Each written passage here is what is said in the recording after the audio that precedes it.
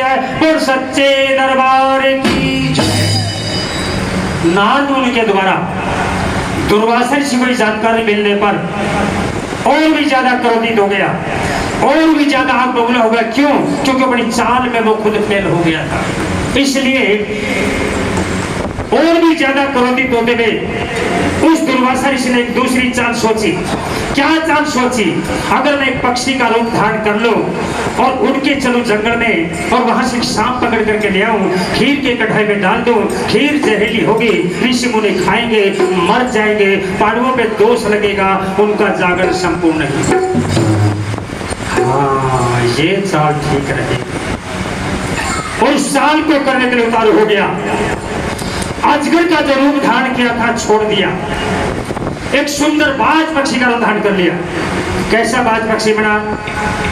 उड़ने के लिए सोने के पंख, चांदी के पंजे और पैरों में पैंजनियां पहनकर वो क्षण छनाहट करके उठ के चला और जंगल में जा पहुंचा। वहां से बड़ी चोंच में एक सांप पकड़ करके ले आया और खीर के कट्टे में डाल दिया। क्या सोचकर? कढ़ाई में सांप डालो, खीर जहरीली होगी, ऋषि मुनि खाएंगे, मर जाएंगे, पांडवों में दोष लगेगा, उनका जागरण संपूर्ण नहीं होगा। अब देखिए वो दुर्वासा ऋषि बाज पक्षी का रूप धारण करके पांडवों के साथ क्या दगा करता है।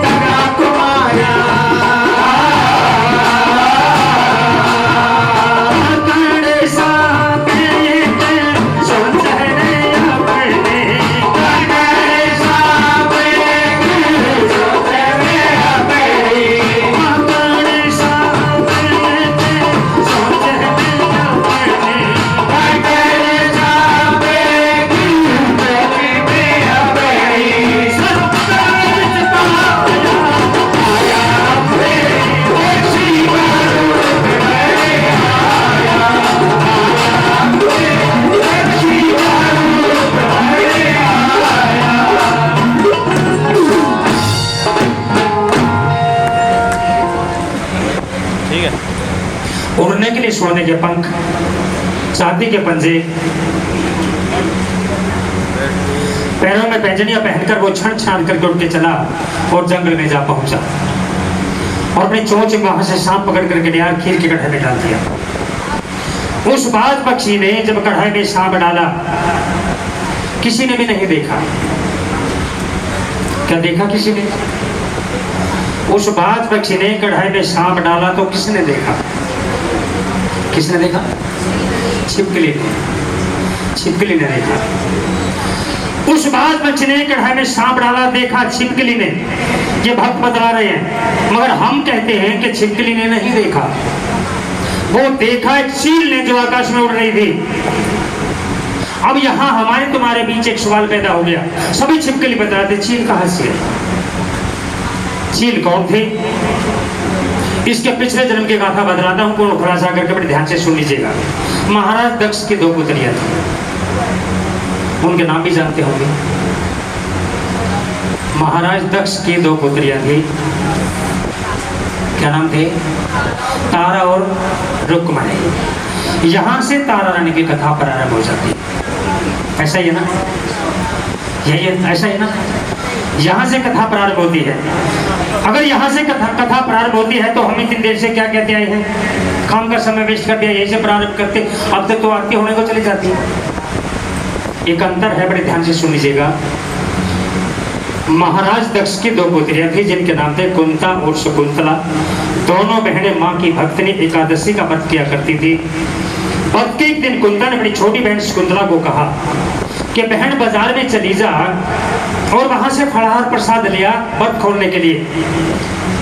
शकुंतला गई बाजार में, गलती से भीलों के महल में पहुंच गई, जहां एक दुकान पर भीड़ देखी, लोग आ रहे थे, कुछ लेकर वापिस जा रहे थे। दुकानदार से जाकर शकुंतला ने कहा, मुझे 2 छांदे फलाहार प्रसाद दे दो। दुकानदार ने कहा कि बेटी यहाँ तो महाप्रसाद बिकता है, यानी कि मांस का प्रसाद बिकता है। मांस के प्रसाद को महाप्रसाद बोला जाता है, जैसे शंकर जी को महादेव बोला जाता है, बाकी सब देव कहलाते हैं। क्यों बोला गया इसको महादेव? क्या काम किया था इसने जो महादेव कहलाया? ये भी तो देव है ना, दूसरे देवों की तरह, मगर महादेव क्यों कहलाया? क्योंकि इसने संसार की भलाई के लिए बड़ा अच्छा काम किया था, इसलिए महादेव कहलाया था। क्या काम किया था? जब प्रलय हुई, संसार डूबने लगा, पहाड़ डूबने लगे, सभी देवता घबरा गए, इकट्ठे हुए ब्रह्मा के पास पहुंच गए। ब्रह्मा से फरियाद किया, भगवान हमारी रक्षा करो। ब्रह्मा ने हाथ खड़े कर दिए, मेरे बस की बात नहीं। वो भी देवों के संग मिला तो विष्णु के पास पहुंच गए। विष्णु से फरियाद किया तो उसने भी हाथ खड़े कर दिए, मेरे बस की बात नहीं है। वो भी देवों के संग मिला तो शंकर के पास पहुंच गए। शंकर भगवान से फरियाद किया कि भगवान रक्षा करो, पहले और ये सब डूबा जा रहा है, हाहाकार मच रहा है। तब शंकर भगवान ने जो गंगा की धार प्रलय मचा रही थी उसको अपनी जटा में समेट लिया था, प्रलय होने से बचाया, संसार की रक्षा की, इसलिए महादेव कहलाया था। प्रबल वेग सहने से हर देवता था हारा, तब तूने जटा में ले ली थी वो बहती गंगा की धारा। बाकी तो सब देव रहे, तुम महादेव कहलाए, देवों के देव महादेव कहलाए। हरि ओम नमः शिवाय, हरि ओम नमः शिवाय, इसलिए महादेव कहलाया था। दुकानदार ने क्या कहा कि बेटी यहाँ तो महाप्रसाद बिकता है। शकुंतला सोच बैठी कि माँ के लिए प्रसाद बिकता है, कहती 2 छांदे मुझे भी दे दो। दुकानदार ने मांस के प्रसाद के 2 छांदे उसको थमा दिए, लेकर घर की तरफ रवाना हुई। रास्ते में आ रही थी, महामाई का करिश्मा हुआ, प्रसाद से बड़ी खुशबू आई, प्रसाद खाने को दिल किया और अपने नाम का प्रसाद रास्ते में ही खा लिया। दूसरा छांदा लेकर बहन के लिए घर में चली आई। जो घर में प्रवेश किया, कुंता ने देखा है तो मांस का प्रसाद ले आई, गुस्से में आग बबूला हो गई, क्रोधित हो गई और क्रोध के काम को श्राप दिया कि जा नीचनी हत्यारनी पापड़ी, तू तो चील बनने के काबिल थी, मांस का प्रसाद ले आई, तूने सब भ्रष्ट कर दिया, अब काहे से व्रत खोलेंगे और काहे का भोग लगाएंगे महामाई। क्रोध के काम को श्राप दे दिया कि तू चील बनने के काबिल थी। शकुंतला ने जाना, माँ की सच्ची भक्त ने कुंता कहती कि बहन तेरा श्राप अटल है, मैंने अपने सिर धारण कर लिया, मगर बहन मुझे बतला दे मेरा उद्धार कब होगा। तब कुंता ने मुक्ति का रास्ता बतलाया, कहती कि पांडव जब जागर नचाएंगे उस वक्त तुम कोई भलाई का काम करना, तब तुम्हारे सिर से देवा श्राप उतरेगा, तब तेरा उद्धार होगा। बहन के श्राप के कारण वो शकुंतला अपने अगले जन्म में चील बनी थी जो आकाश में उड़ रही थी। उस उड़ती हुई चील ने उस बाज पक्षी को देखा, कढ़ाई में सांप गिराते हुए। समझ में आया? चील सोचने लगी, इस बाज पक्षी ने कढ़ाई में सांप गिराया है, इसने पाप किया है, मुझे भी दोष लगेगा। क्यों सोचा उसने ऐसा? उसका सोचना सही था, क्योंकि आप सभी जानते हैं जो पाप करता है पापी कहलाता है। पाप करते हुए जो अपनी आंखों से देख लेता है बराबर का पाप का अधिकारी हो जाता है। चील के साथ वही हालत थी। पाप किया, बाज पक्षी ने कढ़ाई में सांप गिराया, देखा चील ने, अपने आप को बराबर का पाप का अधिकारी समझकर वो चील सोचने लगी किस तरह से उन लोगों की जान बचाऊं जो कुछ देर के बाद इस जहरीली खीर को खा करके मर जाने वाले हैं। क्या सोच रही वो चील आकाश में उड़ती हुई? मेरा मुंह नहीं खुलता, मेरी जीभ नहीं चलती, किस विधि से पुकार करूं, किसको बतलाऊं कि कढ़ाई के अंदर सांप पड़ा, इस खीर को नहीं खाना, जब कोई सूझबूझ ने काम नहीं किया। आखिर उस चील ने महामाई से फरियाद की। क्यों फरियाद की उसने माँ से? क्योंकि पिछले जन्म में वो माँ की भक्तनी थी, शकुंतला नाम से। कहती कि माँ मुझे शक्ति दे ताकि मैं लोगों की जान बचा सकूं जो कुछ देर के बाद इस जहरीली खीर को खा करके मर जाने वाले हैं। चील की आत्मा की पुकार थी, बड़ी दुखद पुकार थी, बड़ी करुण पुकार थी। मानुष के पुकार को सुना चील को आकाशवाणी की, अपने चील के रूप को छोड़कर एक छिपकली का रूप धारण कर ले और रेंगती रेंगती वहां चली जा, उन लोगों की जान बचा ले। तेरे सिर से देवा श्राप उतर जाएगा और तेरा उद्धार हो जाएगा। माँ की क्रिसमस, माँ की शक्ति से चील ने अपना रूप छोड़ दिया, वही छिपकली का रूप धारण कर लिया और रेंगती रेंगती छत पर जाकर चिपट गई जहां खीर का कढ़ाई रखा हुआ था। उस मौके के इंतजार में कि जो ही ऋषि मुनि आएंगे अपना अपना पात्र लेकर के, जब ऋषि मुनि कढ़ाई के इर्द गिर्द बैठेंगे, उनके सामने मैं चारों को छोड़कर कढ़ाई में छलांग लगा दूंगी। जब ऋषि मुनि देखेंगे कढ़ाई में छिपकली गिर गई, वो इस खीर को नहीं खाएंगे और लोगों की जान बचेगी, मेरी तरफ से भलाई का काम होगा और मेरा उद्धार हो जाएगा। इस मौके के इंतजार में छिपकली छत पर चिपकी हुई, खीर का कढ़ाई तैयार था। ऋषि मुनि आए अपना अपना पात्र लेकर के। जब ऋषि मुनि कढ़ाई के इर्द गिर्द बैठे, छिपकली ने मौका पाया, अब मौका है कढ़ाई में छलांग लगाने का। उसने ऋषि मुनि के सामने अपने चारों पांव छोड़कर कढ़ाई में छलांग लगाई। ये गिर गई, कढ़ाई में छिपकली गिर गई। ऋषि मुनियों ने देखा, क्रोधित हो गए, आग बबूला हो गए और क्रोध के कारण छिपकली को श्राप दिया कि जा नीचनी, हत्यारणी, पापनी, जन्म जन्मांतर तक तेरा कभी उद्धार नहीं होगा। तूने सब भ्रष्ट कर दिया, खीर जहली कर दी, अब कहीं का भोग लगाएंगे महामाई को और कहीं का प्रसाद बांटेंगे ऋषि मुनियों को। क्रोध के कारण ऋषि मुनि ने छिपकली को श्राप दे दिया कि जन्म जन्मांतर तक तेरा कभी उद्धार नहीं होगा। अब बेचारी वो छिपकली पश्चाताप करने लगी। किस बात को जान करके पश्चाताप किया कि मैंने अपनी जान गंवाई उद्धार होने के लिए, बजाय उद्धार होने के उल्टा मुझे एक और श्राप मिल गया। एक श्राप तो बहन का ही घूम रही थी, उसी से छुटकारा पाने के लिए कढ़ाई में छलांग लगाई, बजाय उद्धार होने के उल्टा एक और श्राप मिल गया कि जन्म जन्मांतर तक कभी उद्धार नहीं होगा। अब ऋषि मुनियों ने पांडवों को सलाह दी, कहते थे पांडवों,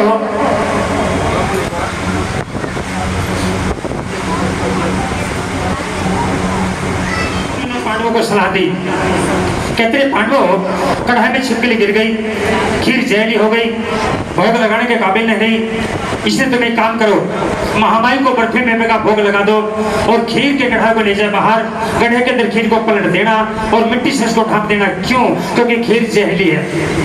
अगर कोई कीट पतंगा जीव जंतु उसको खा लेगा, वो मर जाएगा, तुम पर दोष लगेगा, तुम्हारा जागरण संपूर्ण नहीं होगा।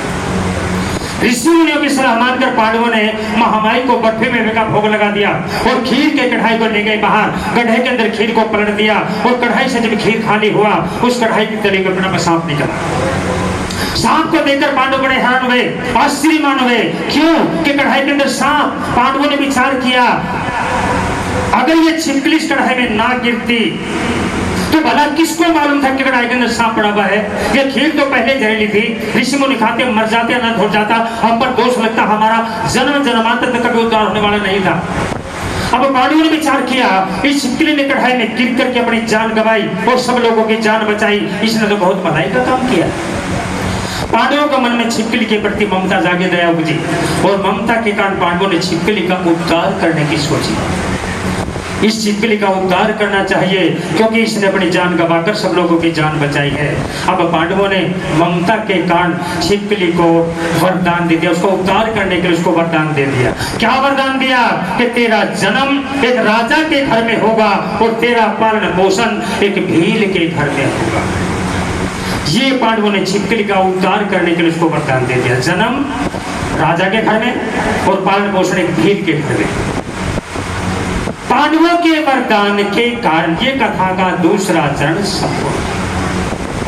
अब कथा तीसरे चरण में प्रवेश करती है। तीसरे चरण में माँ का क्या करिश्मा है, माँ की क्या शक्ति है।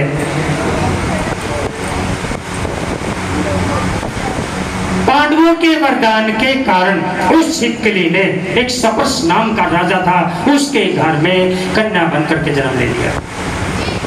जब उसका जन्म हुआ रात के 3 बजे का समय, राजा सपस ने पंडित को बुलवाया बच्चे का नामकरण करने के लिए। राजा सपस ने कहा कि महाराज, पंडित से कहा कि पंडित जी, महल में इस बच्चे ने जन्म लिया है, इस जन्म के तहत इस बच्चे का नामकरण कर दो, जन्म कुंडली तैयार कर दो, किस गहराई को मैं जन्म लिया है, भविष्य में कैसा लक्षण है कि सारा वृत्तांत मुझे बता दो, इसका नामकरण कर दो। अब पंडित ने बच्ची के जन्म के ग्रह योग जानकर राजा सपस को बतलाया कि महाराज, रात के 3 बजे का समय इस बच्ची का जन्म हुआ, एक अशुभ घड़ी चल रहा था। यानी कि महाराज, इस लड़की ने अशुभ घड़ी में जन्म लिया है। इस जन्म के तहत यह लड़की के ऊपर बड़ी भार है, बड़ी कष्टदायी है। यानी कि महाराज, इस लड़की के तुम्हारे घर में जिंदा रहते हुए तुम पर बड़ा भारी संकट आने वाला है। अब राजा पर क्या संकट हो सकता है? पंडित ने कहा कि महाराज, कोई भी पड़ोसी राजा तुम पर आक्रमण कर सकता है, लड़ाई में तुम्हारी जान जा सकती है, तुम्हारा राज्य छीना जा सकता है, इतना भारी संकट तुम पर आएगा इस लड़की के तुम्हारे घर में जिंदा रहते हैं। इतनी बात पंडित ने कही, राजा सपस घबरा गया। कहता है कि पंडित जी, मैं मारा जा सकता हूँ, मेरा राज्य छीना जा सकता है, इतना भारी संकट मुझ पर आएगा, मुझे क्या करना चाहिए ताकि मुझ पर संकट ना आए? पंडित ने कहा कि महाराज, इस संकट से बचने का एक उपाय है, इस लड़की को मार दो, इसका वध कर दो। ना रहेगा बांस, ना बजेगी बांसुरी, ना तो तुम्हारे घर में ये लड़की जिंदा रहेगी और ना तुम पर संकट आएगा। इस संकट से बचने का ये उपाय है। इतनी बात पंडित ने कही। राजा सपस ने कहा कि नहीं, नहीं, कदापि नहीं, इतना बड़ा पाप, लड़की को मार दो, इसका वध कर दो, मेरा खानदान सतकुली नरक में चला जाएगा, जन्म जन्मांतर तक मेरा कभी उद्धार नहीं होगा, इतना बड़ा पाप मैं नहीं कर सकता। पंडित ने कहा कि महाराज, लड़की को नहीं मार सकते, तुम पर संकट आएगा, भुगत लेने से मेरा क्या दोष है? आखिर सोच विचार कर राजा सपस ने पंडित से फिर पूछा। कहते कि पंडित जी, मुझे कोई ऐसा उपाय बतलाओ, इस लड़की को मारना भी ना पड़े और मुझ पर आने वाला संकट भी टल जाए। वेद शास्त्रों के अनुसार पंडित ने एक दूसरा उपाय सूझा। कहता है कि महाराज, एक उपाय है जिसके करने से हो सकता है तुम पर आने वाला संकट टल जाए। क्या उपाय बतलाया? कहता है कि महाराज, एक लकड़ी का संदूक बनवा लो, उसके ऊपर सोना चांदी जड़वा दो, 2 थैलियां महर असबे की संदूक के अंदर रख दो, लड़की को संदूक में जिंदा लिटाकर संदूक दरिया में बहा दो, तुम्हारे घर से ये लड़की जिंदा चली जाएगी, तुम पर संकट नहीं आएगा। उपाय बहुत अच्छा लगा। राजा सपस ने मंत्री को बुलवाया, आदेश दिया, संदूक तैयार करवा दिया, सोना चांदी जड़वा दिया, 2 थैलियां मोहर सभी की संदूक के अंदर रख दी, लड़की को संदूक में जिंदा लिटाकर संदूक दरिया में बहा दिया। संदूक को दरिया में बहाकर के राजा सपस महल में बैठा बड़ी चैन की सांसें ले रहा था। क्या सोचकर कि मेरे घर से लड़की जिंदा चली गई, अब मुझ पर संकट नहीं आएगा। महल में बैठा राजा सपस बड़ी चैन की सांसें ले रहा था और संदूक दरिया में बहता जा रहा था। उस दरिया के किनारे एक तपस्वी भगवान के नाम की माला टेरता था, भजन किया करता था, भक्ति किया करता था। भगवान के नाम के दरिया के किनारे बैठा वो तपस्वी माला टेरता था भगवान के नाम की। अचानक तपस्वी की नजर संदूक पर पड़ गई, बहते हुए संदूक पर पड़ गई। सोने चांदी का चमकाना देखा। क्या सोचने लगा वो तपस्वी? सोना चांदी, माया बहती जा रही है, हाँ, इसको निकाल लेता हूं तो मेरा हमेशा के लिए दरिद्र दूर हो जाएगा। लालच के वशीभूत होकर के तपस्वी ने माला वहीं पर छोड़ दी और संदूक को निकालने के लिए दरिया में प्रवेश कर गया। महामाई का करिश्मा, तपस्वी संदूक की तरफ बढ़ा तो संदूक आगे चल पड़ा और तपस्वी रुक गया तो संदूक भी रुक गया। फिर तपस्वी संदूक की तरफ बढ़ा तो संदूक आगे चल पड़ा और तपस्वी रुक गया तो संदूक भी रुक गया। होते करते सवेरे लोग आ गई, उस तपस्वी के हाथ वो संदूक नहीं आया। एक भील उस दरिया के किनारे लकड़ी काटने जाया करता था। वो किनारे पर खड़ा देख रहा था उस तपस्वी को जो संदूक को पकड़ने का प्रयास कर रहा था। वो संदूक उसके हाथ नहीं आ रहा था। अचानक तपस्वी की नजर उस भील पर पड़ गई। सहायता के लिए पुकार कर दी। कहता, रे भाई भील, अरे ओ भील, क्या बात है भाई? अरे भाई ये संदूक निकलवा दे, संदूक मेरे हाथ नहीं आ रहा है। बेचारा गरीब भील था, लकड़ियां काटता था, गुजारा करता था। सोने चांदी का चमकारा देखा तो उसके मन में भी लालच आ गया। क्या करने लगा वो भील? निकलवा दूंगा भाई, मगर आधा माल देगा तो। तपस्वी ने कहा, अरे भाई भील, आधा माल तेरा, आधा मेरा। क्या जवाब दिया भील ने? आता हूं भाई। उस भील ने भी दरिया में प्रवेश किया और दोनों ने मिलकर के संदूक को बाहर निकाल लिया। अब संदूक को बाहर निकाल लिया, मगर दोनों का बंटवारे पर झगड़ा हो गया। तपस्वी कहने लगा, संदूक के अंदर का माल मैं लूंगा। भील ने कहा कि नहीं, संदूक के अंदर का माल मैं लूंगा। तपस्वी ने कहा, अरे संदूक पहले मैंने देखा है, इसलिए मेरा अधिकार है। संदूक के अंदर का माल मैं लूंगा, बाहर का माल तू ले जा। भील ने क्या जवाब दिया? मैं अच्छा भला लकड़ी काटने के लिए जा रहा था, तूने मुझे बुलाया। अगर इस दरिया में मैं डूब के मर जाता, क्या तू मेरे माँ बाप को मुझे दे देता? इसलिए मर्जी मेरी है, संदूक के अंदर का माल मैं लूंगा, बाहर का माल तू ले जा। दोनों जिद बैठ गए संदूक के अंदर के माल के लिए। क्यों दोनों जिद बैठे हुए थे? क्योंकि दोनों के मन में लालच था कि संदूक के बाहर कितना सोना चांदी जड़ा हुआ है, तो संदूक के अंदर पता नहीं कितना धन माल भरा होगा। इसलिए दोनों जिद बैठे हुए थे। तब इसलिए दोनों जिद बैठे हुए थे और झगड़े में उतारू हो गए। जब झगड़े में उतारू हुए, मां ने देखा कि आपस में झगड़ेंगे, मरेंगे। हनुमान वीर को बुलाकर कहा कि जाओ का फैसला करके आओ, नहीं तो आपस में झगड़ मरेंगे।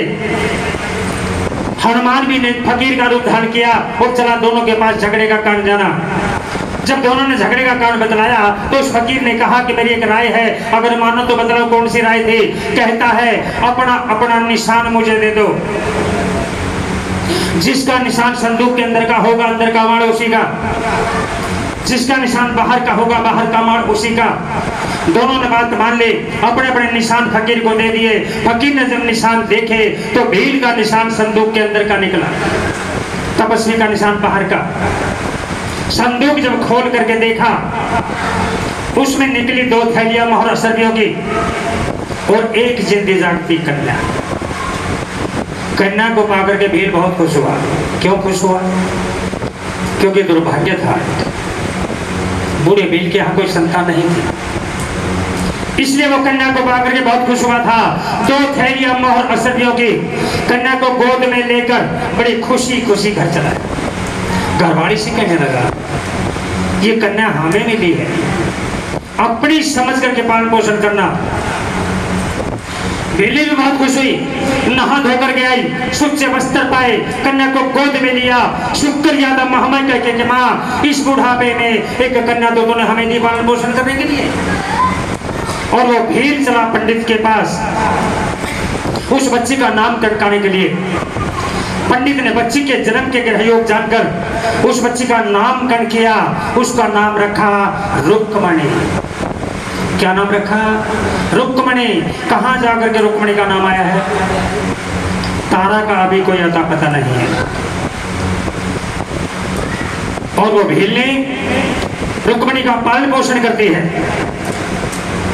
एक दिन गुजरा, 2 दिन, 3 दिन, 4-5 दिन गुजर गए पालन पोषण करते हुए। 8-9 दिन भी गुजर गए, आखिर 10 दिन भी गुजर गए पालन पोषण करते हुए। अचानक बच्ची ने रोना शुरू कर दिया। रोते रोते 2-4 दिन गुजर गए। बच्ची ना कुछ खाती थी ना कुछ पीती थी, रोती रोती जा रही थी। बच्ची के रोने से भीली बहुत परेशान हो गई, आत्मा दुखी हो गई, मन दुखी हो गया। और दुखी आत्मा से, दुखी मन से उस भीली ने माँ से कहा कि माँ, ये बच्ची तूने हमें दी पालन पोषण करने के लिए, ये ना कुछ खाती ना कुछ पीती है, रोती ही रोती जा रही है। अगर तूने ये बच्ची हमें दी है, इसका पालन पोषण भी तू ही करेगी। भीली के दुखद आत्मा जानकर माँ ने भीलनी के दिमाग में प्रवेश करके भीलनी को इशारा किया, इस बच्ची को तो अपने सतनों का दूध पिला दे। महामाई का करिश्मा बूढ़ी भीलने के सतनों से दूध उत्पन्न हुआ, रुक्मणी का पालन पोषण हुआ। रुक्मणी हुई 1 महीने की, 2 महीने की, 1 साल की, 2 साल की, 3 साल, 4 साल की, होते करते पूरे 6 साल की हो गई। 6 साल की जब रुक्मणी हुई, उधर राजा सपस के घर एक और कन्या ने जन्म ले लिया। पंडित को बुलवाकर बच्ची का नामकरण कराया। पंडित ने बच्ची के जन्म के ग्रह योग जानकर राजा सपस को बतलाया कि महाराज, ये लड़की बड़ी शुभ घड़ी में जन्म लिया है, इस जन्म के तहत लड़की बड़ी होनहार है, बड़ी तेजवान है, बड़ी भाग्यवान है, और उसका नामकरण किया। उसका नाम रखा तारा। क्या नाम रखा? क्या बतलाया तारा के बारे में पंडित जी ने? बड़ी होनहार, बड़ी तेजवान, बड़ी भाग्यवान, और उसका भाग्यवान। राजा सपस ने राजा पंडित से पूछा कि पंडित जी, ये तारा इतनी होनहार है, इतनी भाग्यवान है, मुझे तारा की शादी के शुभ मुहूर्त बतला दो, किस उम्र में तारा की शादी करनी चाहिए? राजा सपस ने कहा, होते करते तारा पूरे 6 साल की हो गई। जब पंडित ने वेद शास्त्रों के अनुसार तारा की शादी के शुभ मुहूर्त बतलाए 5, कहते कि महाराज, अगर 6 साल की उम्र में तारा की शादी करोगे, 1 करोड़ गौओं के दान के बाद तुम्हें फल प्राप्त होगा। 7 साल की उम्र में तारा की शादी करोगे, 1.25 मन सोने के दान के बाद तुम्हें फल प्राप्त होगा। 9 साल की उम्र में तारा की शादी करोगे, 1.25 मन चांदी के दान के बाद तुम्हें फल प्राप्त होगा। 11 साल की उम्र में शादी करोगे, 1.25 मन तांबे के दान के बाद तुम्हें फल प्राप्त होगा। उम्र बढ़ती चली गई, दान घटता चला गया, और 5वां शुभ मुहूर्त बतलाया कि महाराज, अगर 13 साल की उम्र में तारा की शादी करोगे, ये तारा अपने आप पार लग जाएगी, अपने खानदान को भी पार लगा देगी। मगर आजकल ऐसा नहीं है। ये तारा की शादी के शुभ मुहूर्त बताए थे राजा सपस को पंडित ने वेद शास्त्रों के अनुसार। ये शुभ मुहूर्त जानने के बाद राजा सपस ने क्या किया कि तारा जब 6 साल की हुई, उसका रिश्ता हरिपुर नगर के राजा हरिचंद से कर दिया। क्या नाम बोला मैंने राजा का? राजा का क्या नाम बोला है? क्यों पूछा मैंने 2-4 बार करके? एक गलती का सुधार करने के लिए। यहाँ महंतों के द्वारा राजा का नाम हरिश्चंद्र बतलाया जाता है। हरिश्चंद्र राजा नहीं था ये था हरिपुर नगर का राजा हरिचंद। उससे तारा का रिश्ता तय कर दिया। जब तारा 6 साल की हुई, समय आया, अब हरिपुर नगर कहाँ है ये भी बताना पड़ेगा। हिमाचल प्रदेश में कांगड़ा जिले में देहरा तहसील में हरिपुर नगर है, जहां का राजा था हरिचंद। उससे तारा का रिश्ता तय कर दिया। तारा जब 6 साल की हुई, अब राजा हरिचंद ने जब समय आया, तारा जब 13 साल की हुई तो उसकी शादी कर दी गई। जब राजा हरिचंद तारा की शादी करके उसका डोला अपने महल में ले जा रहा था, महल के बाहर तारा ने डोले को रुकवाया। कहने लगी कि महाराज, मेरी 2 शर्त है, मंजूर करोगे मेरा डोला महल में प्रवेश करेगा। तब राजा हरिचंद ने पूछा कि तारा, तुम्हारी कौन सी 2 शर्तें हैं? तब तारा ने कहा कि महाराज, मेरी पहली शर्त है, महल के अंदर मेरी माँ का भवन होना चाहिए जहां मैं पूजा पाठ किया करूंगी, और दूसरी मेरी ये शर्त है, मेरी माँ के जागरण में जाने से मुझे कहीं नहीं रोकोगे। दोनों शर्तें राजा ने मंजूर की। तारा का डोला महल में प्रवेश कर गया। होते करते तारा की शादी को उधर रुक्मण हो गई 19 साल की। उसके लिए कोई स्वर्गवर नहीं मिल रहा था। बूढ़ा भाई चिंतित था, बड़ा परेशान था। किसी ने बात करते राजा हरिचंद को बतलाया कि राजा हरिचंद के महलों में एक भील काम करता है, उसका लड़का तुम्हारे रुक्मण के लिए बड़ा शौकवर रहेगा। बूढ़े भील ने जाकर के बात की तो रुक्मण का रिश्ता उस लड़के से तय हो गया। समय आया तो रुक्मण की भी शादी कर दी गई। रुक्मणी की जब शादी हुई, जिस घर में वो बहू बन करके पहुंची है, उसकी सास राजा हरिचंद के महलों में झाड़ू लगाने का काम करके नौकरी करती है। होते करते रुक्मणी की शादी को 5-6 साल बीत गए। एक दिन रुक्मणी की सास का भाई आया। उसने कहा कि बहन तुम्हें 2-4 दिन के लिए घर चलना है, माँ बाप ने याद किया। उसने भाई से क्या कहा कि मैं बहू से पूछूंगी। किस बारे में पूछेगी? काम के बारे में। अगर वो महलों का काम संभाल लेगी तो मैं तेरे साथ घर चल पड़ूंगी। रुक्मणी की सास ने रुक्मणी से पूछा कि बेटी अगर तू महलों का काम संभाल ले, मैं 2-4 दिन के लिए घर को आती हूँ। रुक्मणी ने कहा कि माँ बड़े शौक से तुम जा सकती हो, मैं काम को संभाल लूंगी। उसने कह तो दिया, मगर रुक्मणी महल के अंदर कभी काम करने के लिए नहीं गई थी। उसको क्या मालूम कि महल में किस ढंग से काम करना होगा। फिर भी रुक्मणी की सास रुक्मणी को लेकर महल में जाती है काम समझाने के लिए कि बेटी चल मैं तुझे काम समझा देती हूँ, मेरी अनुपस्थिति में, मेरे बाद में तुझे महल में किस ढंग से काम करना होगा। अब रुक्मणी चली है पहली बार, हार श्रृंगार करके, सज सवर के, सज धज के, हरे हरे बांस की नई टोकरी में खा झाड़ू में लगे 4-4 बंद और टोकरी सिर पर रखकर अपनी सास के पीछे पीछे राजा के महल में जा रही है काम समझने के लिए। चली रुक्मणी चली दरबार, झाड़ू फेरन को, हरे हरे बांस की टोकरी मेरी, झाड़ू को लगे बंद 4, झाड़ू फेरन को, रुक्मणी चली दरबार, झाड़ू फेरन को। पहुंच गई महल में, झाड़ू सकेतती हुई, काम समझते हुए रुक्मणी और उसकी सास जब आखिर में तारा के कमरे में पहुंची, तारा अपने पलंग पर बैठी थी। रुक्मणी और उसकी सास ने जो उसके कमरे में प्रवेश किया तो तारा हैरान होकर के अपने पलंग से खड़ी हो गई। जब तारा अपने पलंग से हैरान होकर के खड़ी हुई, रुक्मणी ने मन में सोचा कि मेरी सास तारा से उम्र में बड़ी है, इसका उम्र का बड़प्पन का आदर करने के लिए इसने अपना पलंग छोड़ दिया। मगर ऐसा नहीं था। तारा अपने पलंग से हैरान होकर के क्यों खड़ी हुई थी? क्योंकि रुक्मणी के पैर पर लहसुन का निशान देखकर तारा ने मन में जाना कि ये तो मेरी बहन है, या महल में कैसे आ गई। इसलिए वो हैरान होकर के खड़ी हो गई थी। उसने मन में जाना, बोली कुछ नहीं। काम समझकर रुक्मणी उसकी सास वापिस अपने घर चली गई। अगले दिन उसकी सास अपने भाई के साथ अपने मायके चली गई। रुक्मणी अकेली महल में झाड़ू लगाने के लिए चली जाती है। महल में झाड़ू लगाकर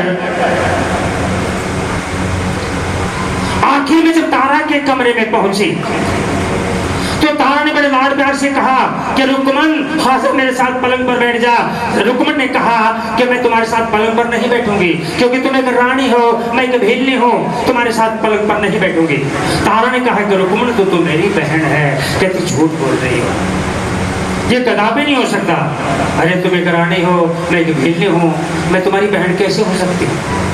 तब तारा ने कहा कि रुक्मणी हम दोनों एक कोख से पैदा हुई हैं, हम दोनों सगी बहनें हैं।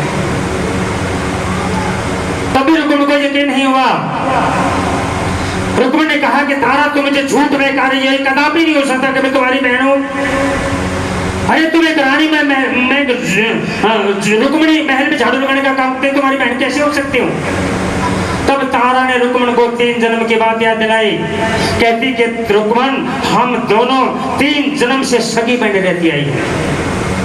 तब रुक्मणी को यकीन हुआ, अफसोस जाहिर किया, हाय राम, हम दोनों 3 जन्म से सगी बहन। अफसोस जाहिर करते हुए रुक्मणी ने तारा को बड़ी समझदारी की बात कही। कहती कि तारा, अगर ऐसी बात है तो इस राज को मेरे और तेरे बीच रहने देना, क्योंकि सभी दरबारी लोग जानते मैं एक रुक्मण हूँ, एक भीलनी हूँ, महल में झाड़ू लगाने का काम करती हूँ।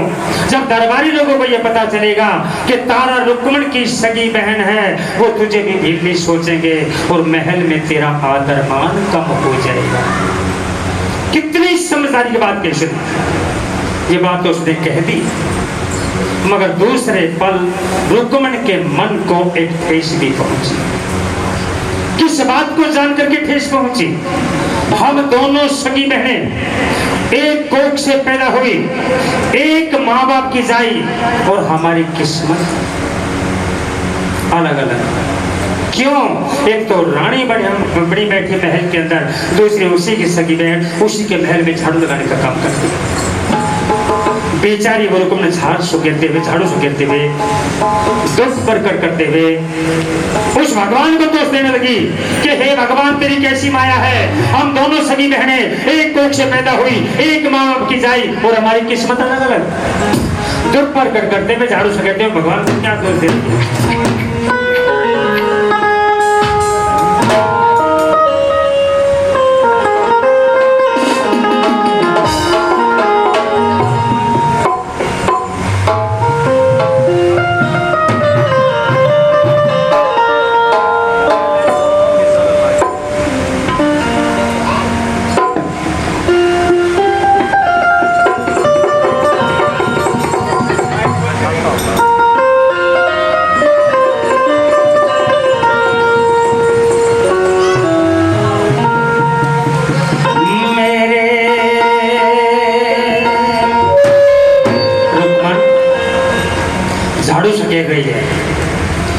दुख प्रकट कर रही है, भगवान को दोष दे रही है।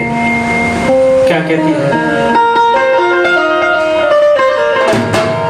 मेरे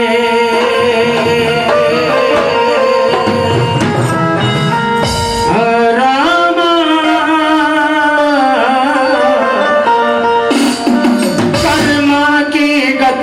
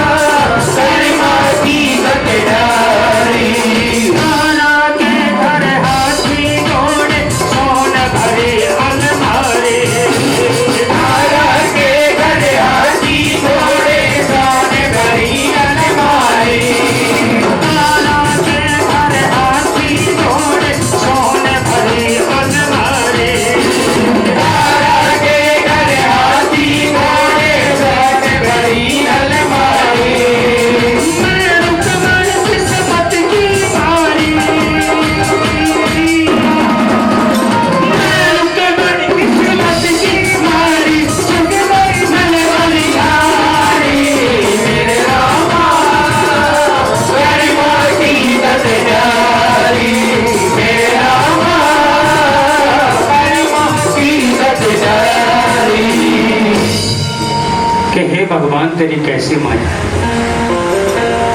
तारा के घर में सोने की भरी अलमारियां रखी हैं और मैं किस्मत की ऐसी अभागन मोहल्ले की नाली का कूड़ा करकट मेरे सिर के ऊपर रखा रहता है। इस तरह अपनी अपनी बहन की किस्मत की तुलना को जानकर भगवान को दोष देते काम करते कुछ दिन बीत गए। एक दिन रुक्मण महल में झाड़ू लगाकर जब वापिस अपने घर जा रही थी, मंदिर के बाहर से निकली। मंदिर में कुछ शोर सुनाई दिया। शोर कैसा था, उस शोर को जानने के लिए वो रुक्मण मंदिर के बाहर खड़ी हो गई। शोर कैसा था, मंदिर में बैठे थे भक्तगण महामाई का गुणगान करके उसका जागरण गा रहे थे और रुक्मण मंदिर के बाहर खड़ी सोच रही है कि मंदिर में कैसा शोर हो रहा है। इतने में मंदिर से भक्त उठा बाहर की तरफ चला गया। बाहर खड़ी रुक्मण भगत से पूछती है कि तुम मंदिर में क्या गा रहे हो, इसके गाने से क्या मिलता है और क्यों गा रहे हो। भगत ने कहा कि रुक्मण, ये माँ का सच्चा दरबार है, हम माँ की महिमा का गुणगान कर रहे हैं, उसका जागरण गा रहे हैं। इतनी बात उस भक्त ने रुक्मण को बतला दी। अब वो भक्त कहता है रुक्मण और सुनो, मैं तुम्हें कुछ और बतलाता हूँ। अब उस भक्त ने रुक्मण को और क्या बतलाया, कहता है कि रुक्मण सच्चे मन से सच्ची भावना से माँ से जो सच्ची फरियाद करता है, माँ उसी की झोलियां भरती है। बोल सच्चे दरबार की जय। सच्चे मन से सच्ची भावना से माँ से जो फरियाद करता है, माँ उसी की झोलियां भरती है। ये भी उस भक्त ने रुक्मण को बतला दिया। इतनी बात भगत के मुख से सुनकर रुक्मण के मन में आया, क्यों ना मैं भी मां से कुछ मांग लूं। और उसने मंदिर के बाहर खड़े हुए पल्ला पसार दिया और भक्त की बात में विश्वास करते हुए मन ही मन मां से गुप्त अरदास कर दी। क्या मांगा, अपनी चाहत के अनुसार। उसकी शादी को 4-5 साल बीत गए थे, कोई संतान नहीं। इसलिए उसने भक्ति बात में विश्वास करते हुए मंदिर के बाहर खड़े हुए पल्ला पसार कर मन ही मन माँ से गुप्त अरदास कर दी। कहने लगी कि माँ, अगर तू मुझे एक लाल दे, एक लड़का दे, तो मैं तेरा जागरण कराऊंगी। बोल सच्चे दरबार की। ये रुक्मणी ने माँ से मांग लिया। क्या मांगा रुक्मणी ने माँ से? एक लड़का। बदले में देने ने क्या बोला? अभी प्रसंग नहीं आया, बैठ जा।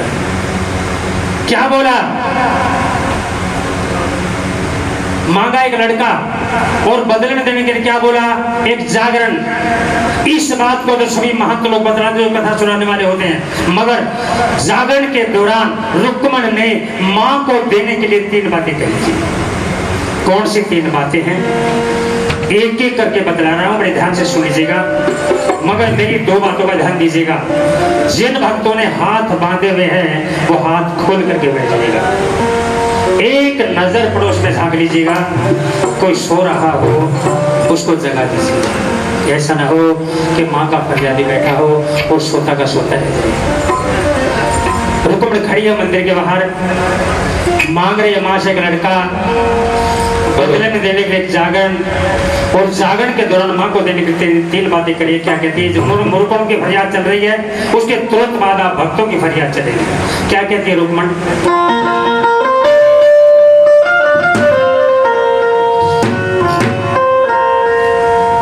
कराऊंगी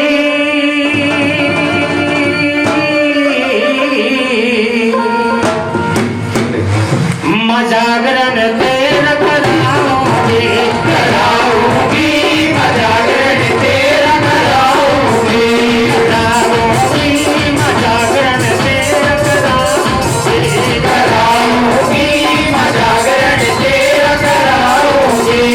रुक्मण ने मसे मांगी मनोती, रुक्मण ने मसे मांगी मनोती। घर में जगह दे सोने से ज्योति, घर में जगह दे सोने से ज्योति। चन्ना चढ़ाऊंगी, चढ़ाऊंगी मजागरण तेरा कराऊंगी, कराऊंगी मजागरण तेरा कराऊंगी।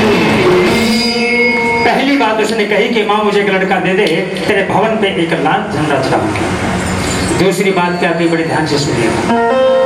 रुक्मण ने दिल से करी पुकार, रुक्मण ने दिल से करी पुकार, रुक्मण ने दिल से करी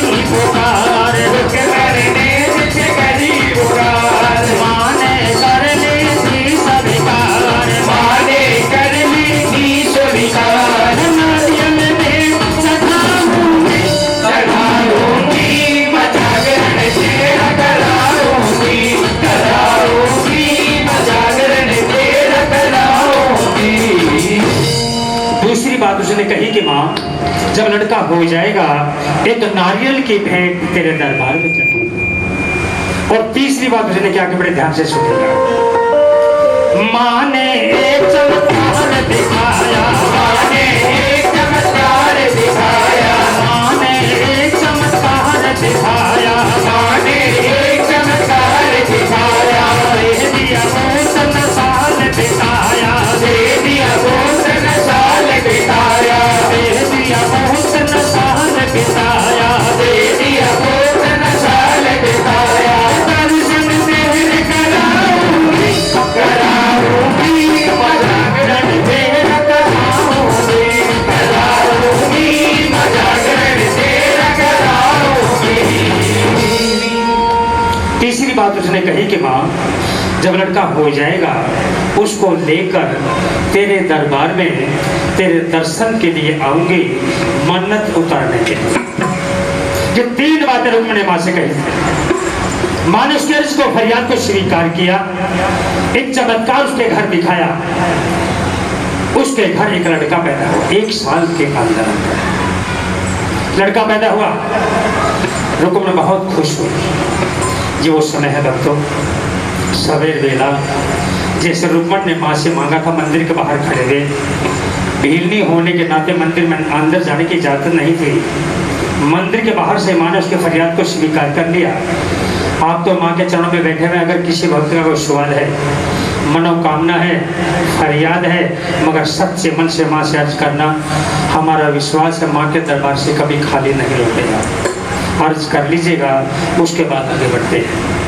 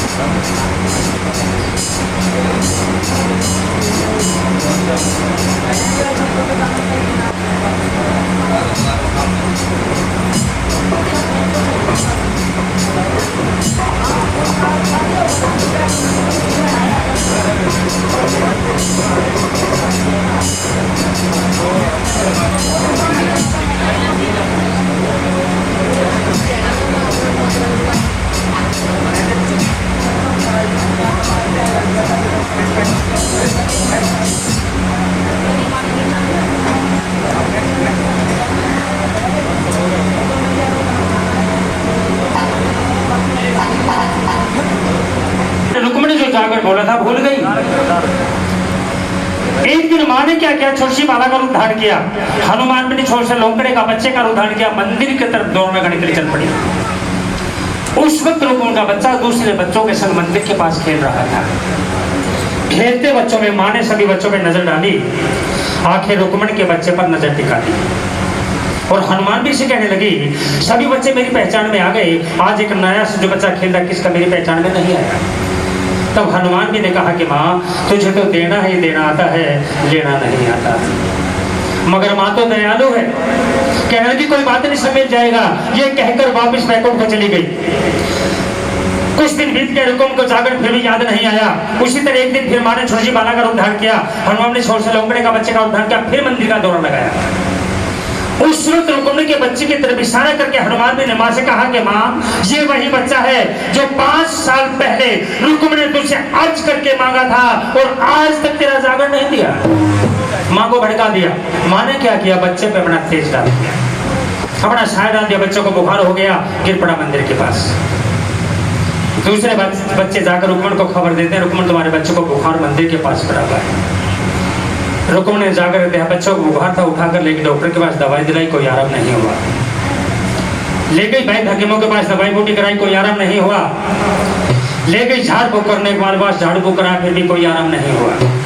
दिन पे दिन बच्चे की हालत बदतर होती चली गई। एक दिन माँ ने उस बच्चे की ऐसी हालत कर दी कि रुक्मण ने भी उम्मीद छोड़ दी बच्चे के जिंदा रहने की। जान लिया बच्चा मरेगा। ऐसी हालत माँ ने कर दी, क्यों, अपना जागरण जो लेना था। एक कवि ने लिखा है, माँ जब देने पे आती है तो ढेरों पे ढेर देती है और जब लेने पे आती है तो चमड़ी भी उधेड़ लेती है। कितने दूर खड़ी थी मंदिर के बाहर, माँ मुझे बच्चा चाहिए, लड़का चाहिए, माँ ने दे दिया, तो जागरण कौन कराएगा, वही तो कराएगा ना जिसने बोला होगा। ऐसी हालत माँ ने इस बच्चे की कर दी और रुक्मण उम्मीद छोड़ बैठी बच्चे के जिंदा रहने की।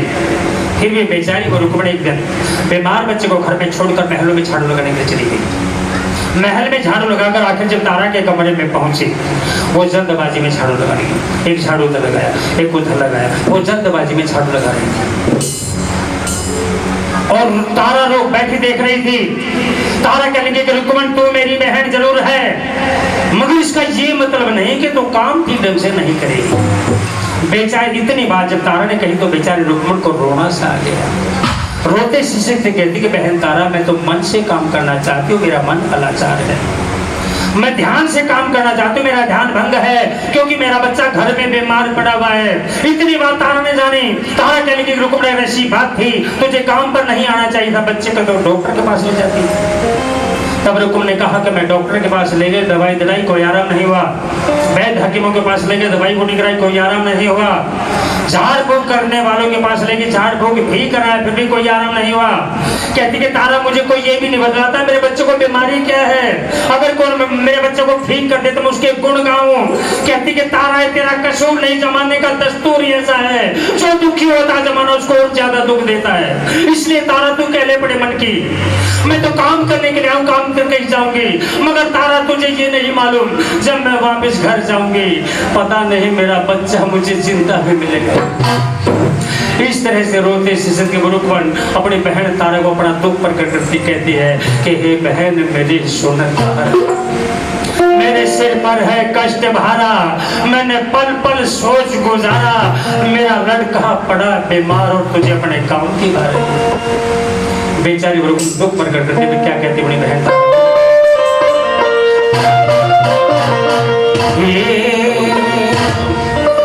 बहन मेरी